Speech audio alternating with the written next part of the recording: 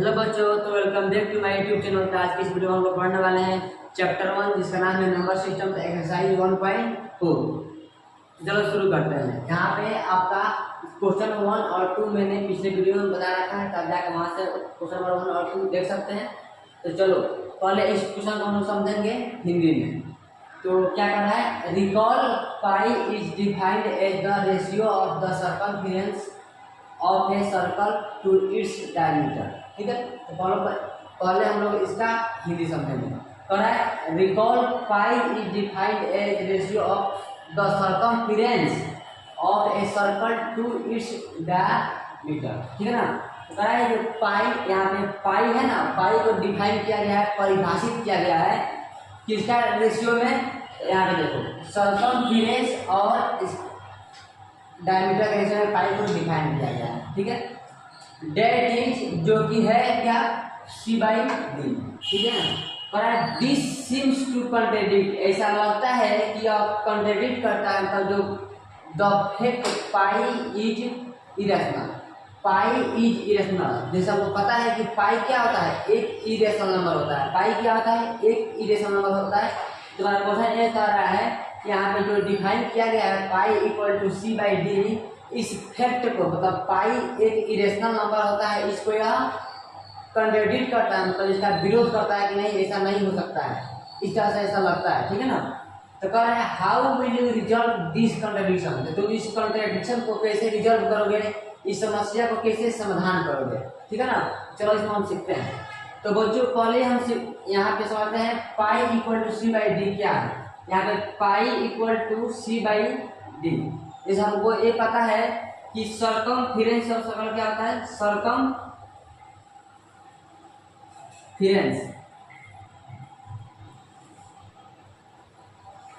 Circumference of circle क्या होता है,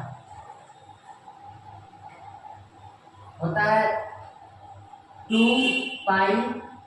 ठीक है ना। हमको ये भी पता है कि 2r इक्वल क्या होता है, D होता है। ठीक है ना। यहाँ पे तुम्हारा सर्कमफेरेंस और सर्कल को C से डिनोट किया है, और तुम्हारा क्या है 2r है ना, यहाँ पे 2r, इसको ये भी लिख सकते हैं ना 2r पाई। जो तुम्हारा 2r है वहाँ पे लिख दिया है D, यहाँ D आ गया है और इंटू में आ गया है पाई। ठीक है ना। यही तुम्हारा पाई D की तरफ भेज दिया है, तुम्हारा क्या हो गया C/D हो गया है, और तुम्हारा हो गया पाई। इस तरह से तुम्हारा आया है C/D जो यहाँ पे लिखा गया है। ठीक है। तो अभी कह रहा है ना, जैसे हमको ये पता है कि पाई का वैल्यू क्या होता है 3.114 समथिंग ऐसा आता है। ठीक है ना, 142 समथिंग ऐसा आता है ना।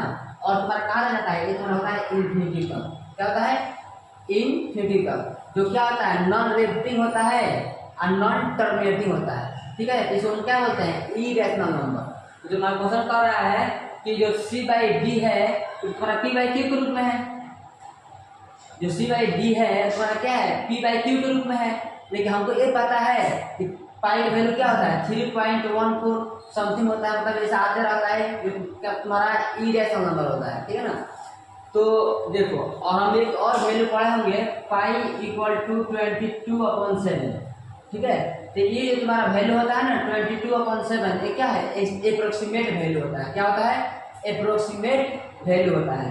तो इस तरह से हम इसको रिजल्व कर सकते हैं कि 22/7 क्या आता है, एक अप्रोक्सीमेट वैल्यू होता है, जो P/Q के फॉर्म हम लोग समझने के लिए लिखते हैं, लेकिन ऐसा होता नहीं है रियल में। ठीक है, रियल में होता है ए वाला।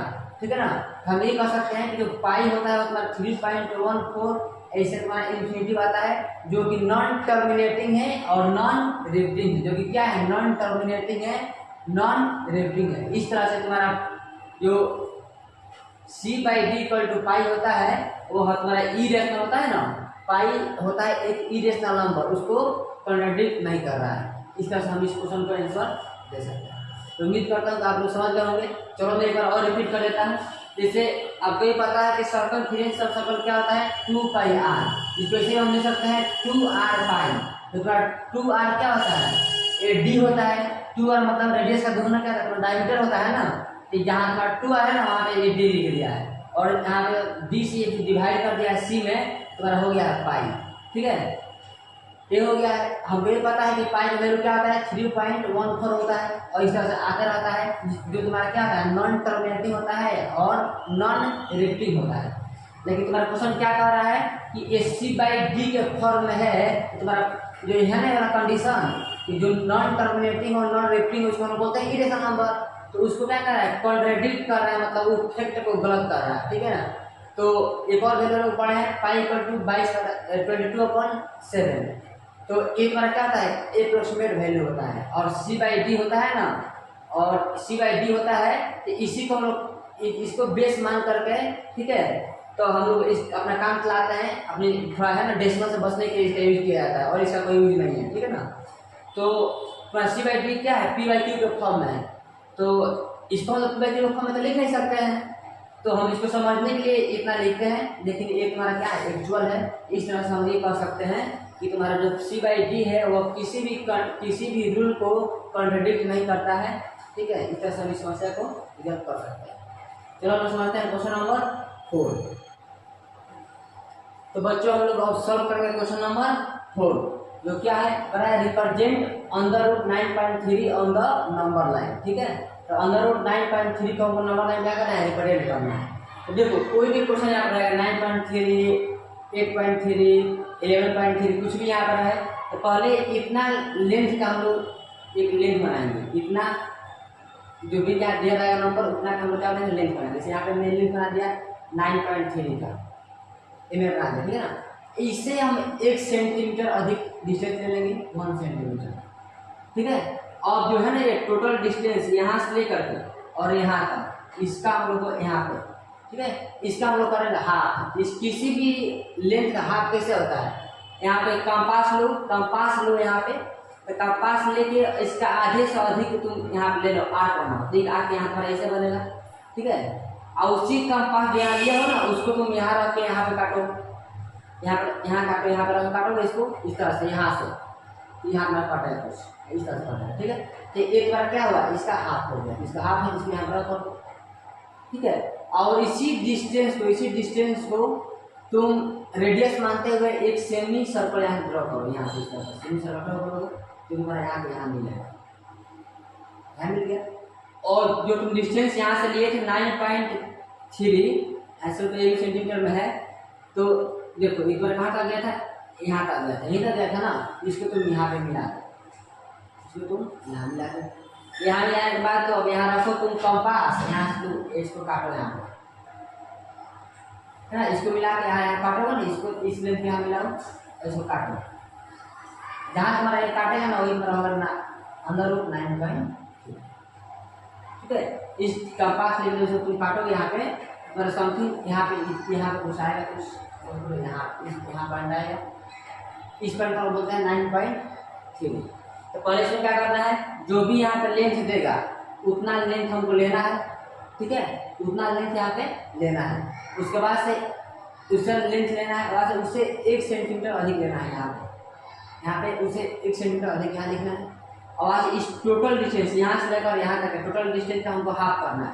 हाफ कैसे होता है, तो जो तुम्हारा डिस्टेंस है ना, यहाँ पे कंपास रख के इसका आधे से अधिक डिस्टेंस यहाँ पे नाप लो, उसके बाद तुम यहाँ एक कट मार यहाँ मारो, ठीक है, और वहीं लेके फिर यहाँ से कट मारो, जहाँ काटेगा वहीं तुम्हारा क्या होगा, इसका हाफ डिस्टेंस हो जाएगा। तब इसको जहाँ काटेगा इसको यहाँ मिला लो। अब इसको रेडियस मानते हुए तुम लेके यहाँ पे सेमी सर्कल क्या करोगे, यहाँ पे सेमी सर्कल, ठीक है ना, सेमी सर्कल ड्रॉ करो, ड्रॉ हो गया। और उसके बाद से जो तुम्हारा एक्चुअल लेंथ तो क्या था 9.3 था, तो यहाँ से लेके तुम्हारा यहाँ तक क्या था 9.3 था, तो यहाँ पे था 9.3, यहाँ से इसको यहाँ मिला दो, इसका है ना सर्कल यहाँ लाइन इसमें मिला दो, और यहाँ कंपास रखो, यहाँ पे इसको काट दो, जहाँ काटेगा तुम्हारा वही पर रहेगा 9.3, ठीक है। ऐसे तुम्हारा यहाँ पर 10.3 देगा, तो सेम वही काम करना है। 10.3 का लेंथ लो, उसे 1 सेंटीमीटर अधिक ले लो, फिर इतना तो बन जाएगा, फिर उसका तुम हाफ कर दो, अब फिर यहाँ पे इसको रेडियस मानते हो बना लो सेमी सर्कल, और जहाँ तुम्हारा इक्वल लेंथ रहेगा उसको यहाँ मिला दो, और फिर यहाँ काट दो, जहाँ काटेगा तो बनेगा 10.3, ठीक है। तो बच्चों हम लोग अब सॉल्व करेंगे क्वेश्चन नंबर 5। तो पहले समझो क्वेश्चन नंबर 5 कह क्या रहा है, तो कह रहा है rationalise the denominators of the following, ठीक है। तुम्हारा नीचे नंबर क्या दिया हुआ है, क्वेश्चन नंबर तुम्हारा 1 क्या है, 1/√7। सेकेंड क्वेश्चन क्या है 1/√7 7 माइनस अंडर रूट 6।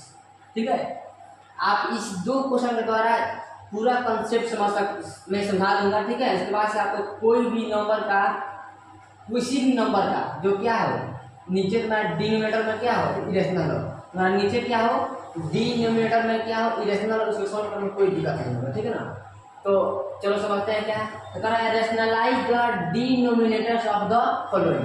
एक बार क्वेश्चन क्या दिया गया यहाँ पे, 1 अंडर रूट 7। ठीक है, तो कर रहा है कि जो यहाँ पे दिया गया है ना अंडर रूट 7, इसको बनाना है इरेशनल। देखो इतना क्या है, एक फ्रैक्शन है, जिसको ऊपर वाला बोलते हैं न्यूमरेटर, नीचे क्या बोलते हैं डिनोमिनेटर। ठीक है, तो इसी को जो है ना डिनोमिनेटर यहाँ पर क्या है, इरेशनल है, तो इसी को कह रहा है ना, ये है ना इरेशनल, इसको बनाना है हमको रैशनल। इसी को क्या बोल रहा है, रैशनलाइज द डिनोमिनेटर। ठीक है, तो कैसे हम इसको रैशनलाइज करेंगे, तरीका क्या होता है वो समझते हैं।